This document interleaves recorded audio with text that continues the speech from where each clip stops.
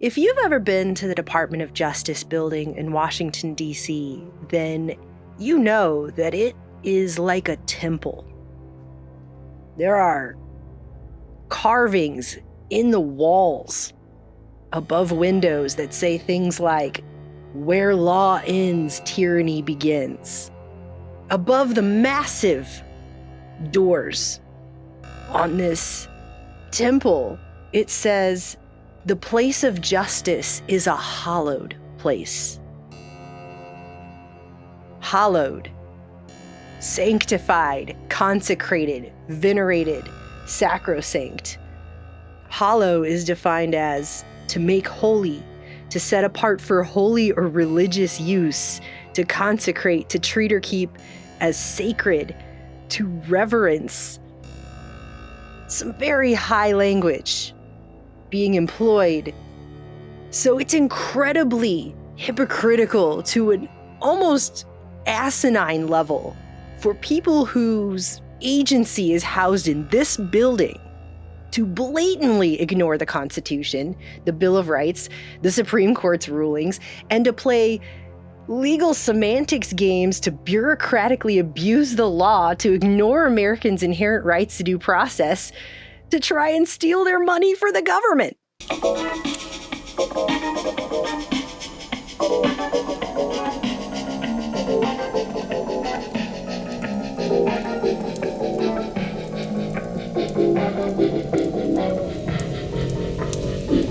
So I just want to make this video really quickly, because if you've been paying attention at all in the last week or two, you've seen how many stories are coming out of the billions of dollars that our government has spent on things that the average person in this country who pays taxes would never in a bajillion years support. Because if you look at the waste and abuse that has run through USAID over the past several years, these are some of the insane priorities that organization has been spending money on. USAID gave money to a transgender clinic in India. $6 million to fund tourism in Egypt, $20 million on a new Sesame Street show in Iraq, $70,000 for a production of a DEI musical in Ireland, $4.5 million to combat disinformation in Kazakhstan, $122 million of that to groups aligned with foreign terrorist organizations.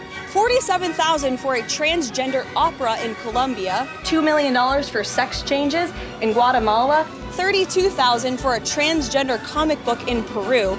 I don't know about you, but as an American taxpayer, I don't want my dollars going towards this crap. Ever. Not ever. And it's not our representatives that are doing this. It's unelected bureaucrats, thousands upon thousands of people that no one ever voted for, making these kinds of decisions. To include $168,000 contract for an Anthony Fauci exhibit at the National Institute of Health Museum. And I've actually seen the phrase, "no taxation without representation," making a comeback, and rightfully so. I think it's way past time we had these conversations, because the stuff that's coming out is freaking insane. But I thought everyone should see this so that you can understand as an American the level that we are at, because I don't think a lot of people do. But here it is in black and white. This was in Reason a little over a week ago. The government says money isn't property, so it can take yours. Yay! In a jaw-dropping argument, the Department of Justice claims seizing $50,000 from a small business doesn't violate property rights because money isn't property. And I'm just going to read this article. It says, as a lawyer who sues the government, you get used to the different kinds of arguments that government lawyers use to justify abuses of individual rights, sweeping claims of government power, bad faith, procedural obstacles, and more. This was a new one. The DOJ argued that confiscating $50,000 from a small business did not infringe on the business's right to private property because money is not property. Quote, money is not necessarily property for constitutional purposes, the government's brief declared. This is a legal brief, okay? Putting the very idea of property in square quotes. Reading at my desk, I practically fell out of my chair. The DOJ gave 3 rationales for the argument, all packed into a doorstopper of a footnote, and listen to the first 2. Number 1, the government creates money, so you can't own it. Because the government created it, you cannot own it. That's the first argument. What can money be used for? What is money anyway? Not yours, bro. According to the Justice Department's lawyers, money is not necessarily property for constitutional purposes. And because the government creates money, you can't own it. This is the first argument they're making. Number 2, the government can tax your money, so you don't own it. So the power to tax you means you don't own it. Also, the government can tax your money, so you don't own it. And number 3, the Constitution allows government to spend money for the general welfare. I don't even understand how the third one comes into this at all. Like, what does that have to do with ownership of money that someone earned because they have a business and they made $50,000? Like, what does the Constitution allowing the government to spend money for general welfare have to do with taking somebody's personal money?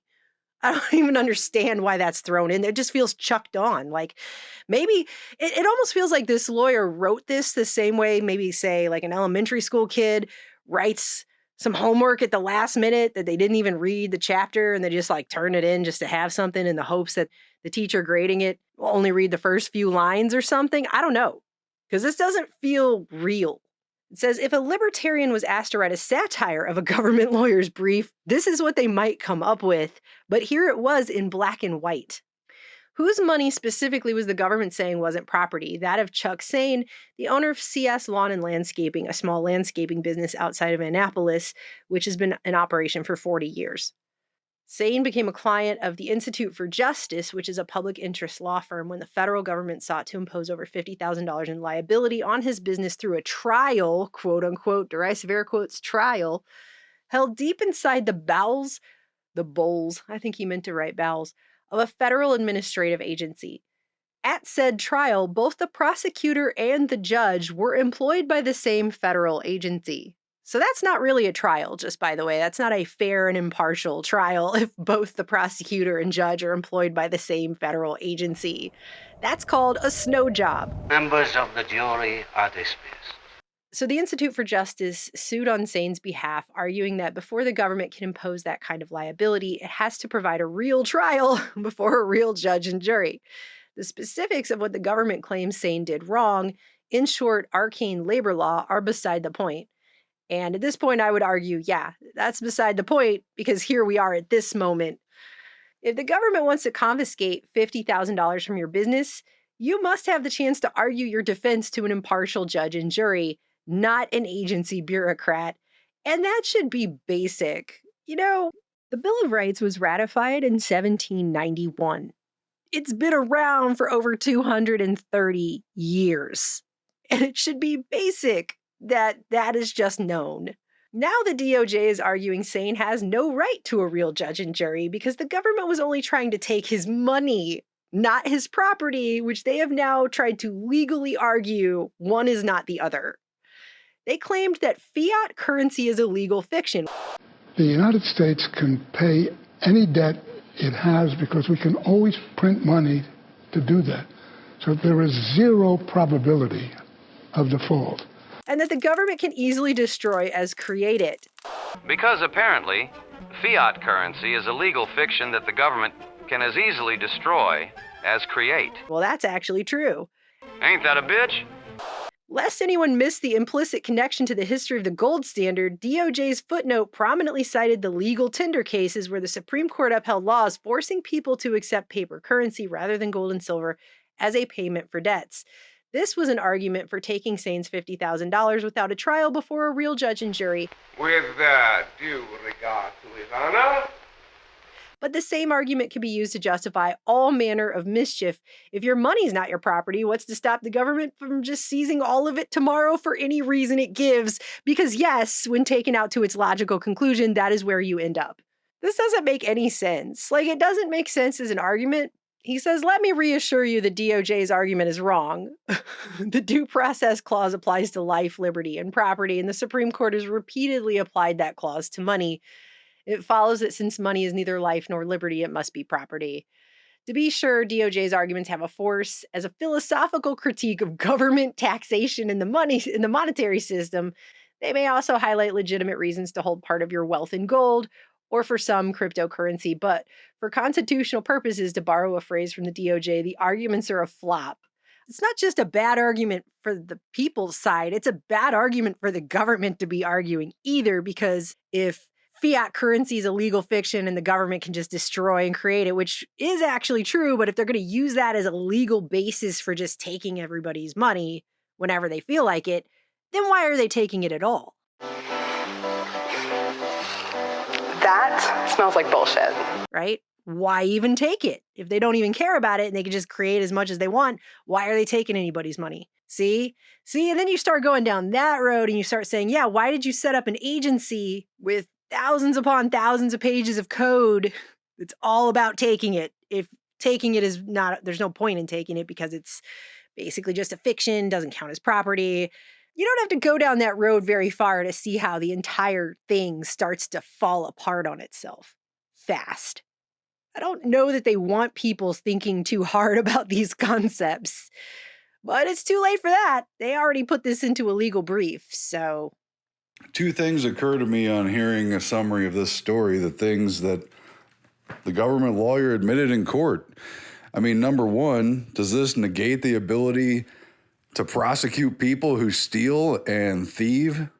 Because they put people in jail all the time for that. It's one of the most basic crimes we have in our society. And two, if the government has argued that they can steal money because they create it, are they just flat out admitting that they've created a tool of enslavement through money? Are they just flat out admitting that money is a tool of enslavement? Ain't that a bitch? As some of us have surmised, albeit slowly, this is astounding. It doesn't stand on its face logically unless those are the conclusions, that we are slaves of the government and money's the tool of enslavement and that anyone can steal without consequence. So, Ain't that a bitch?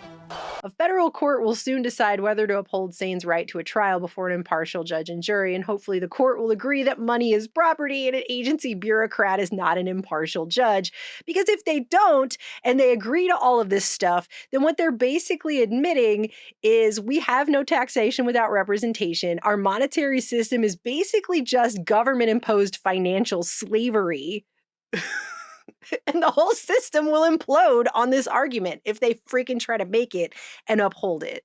The entire system, not just private property, property ownership rights, but also due process, some of the most fundamental inherent rights that we as Americans have, will all be destroyed if this gets upheld, essentially.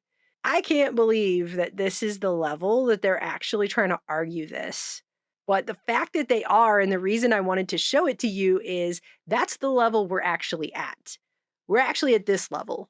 So this is what they're trying to say. They're trying to make legal cases for us going back to purely bureaucratic trials. So they're really just show trials. They're not trials at all, because it's not an impartial judge and jury. It's really not based on what anyone would consider the rule of law. And they're basically just trying to justify theft, really, by saying, well, we created it so we can take it from you. So, I mean, there's no standard there. I mean, they could just, if they can say it here, they can say it anywhere, pretty much. I mean, and I don't think this is going to be upheld either. I agree with the lawyer writing here for reason. But it's the point that that's the level the government is at trying to make. I mean, they're destroying themselves. They're destroying themselves. Do you know how many people I have seen in just the last week talking about 1776, talking about tax revolts, talking about no taxation without representation? I can't even count to you the number of posts I've seen of people who are saying, I don't see how it's okay for us to have to pay. When none of this has been accountable for so long, people want refunds. They want refunds for decades. They're angry. People are angry. People are putting up signs in the streets. People are making videos about how pissed off they are. I would like all of the income taxes that I've paid since I've been alive and working to be returned to me ASAP.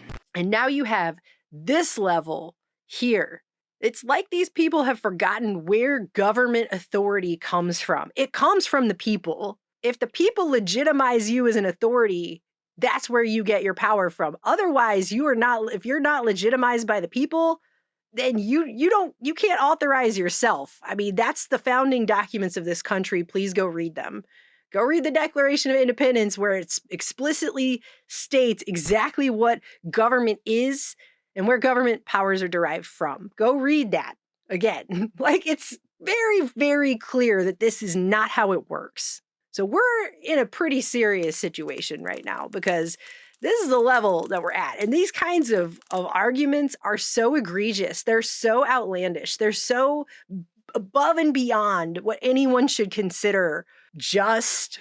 This is the Department of Justice making this argument. They have justice in the name, and this couldn't be further from justice if you tried. That's the level. That's the level. So something has to change, because when you start going down this level of the fall of Rome type of stuff going on, like, your whole country could be destroyed under stuff like this going on. You're stomping on the basic framework of why you're even in that department, why you even can walk around claiming to be Department of Justice. Like, you're destroying yourself. You're destroying yourself with this argument. You know, you are undoing all of the legitimacy that your authority is based on with this. And it never ends well. History lesson after history lesson will show you that this kind of egregious overstep here, that's just so absolutely jump the shark, cartoon level, clown car, cartoonish circus. Like, when you start going that way, when you're Caligula hanging out with your horse, like, you've gone too far. Okay, you've gone too far, and that's what this is. This is the same level of insanity here. It's just, there's not much beyond here if they start doing things like this, other than really bad ends. So I just thought everyone should see this. I couldn't believe it. I couldn't believe that someone actually sat down and wrote this out. And you could say, oh, they're just kicking the can down the road. They know it's not going to be upheld by the court.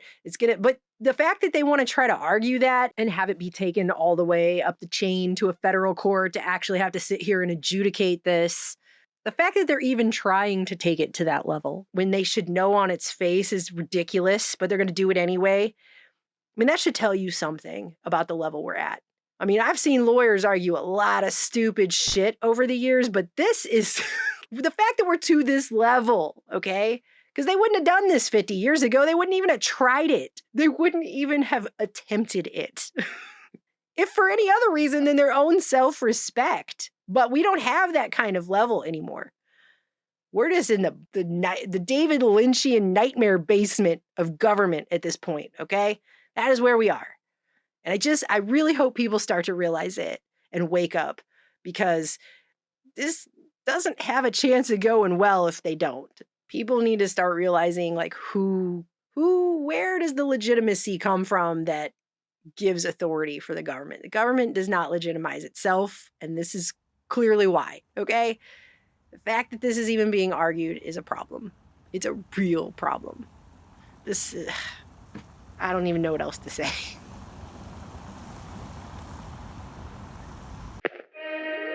I would like to solve the puzzle.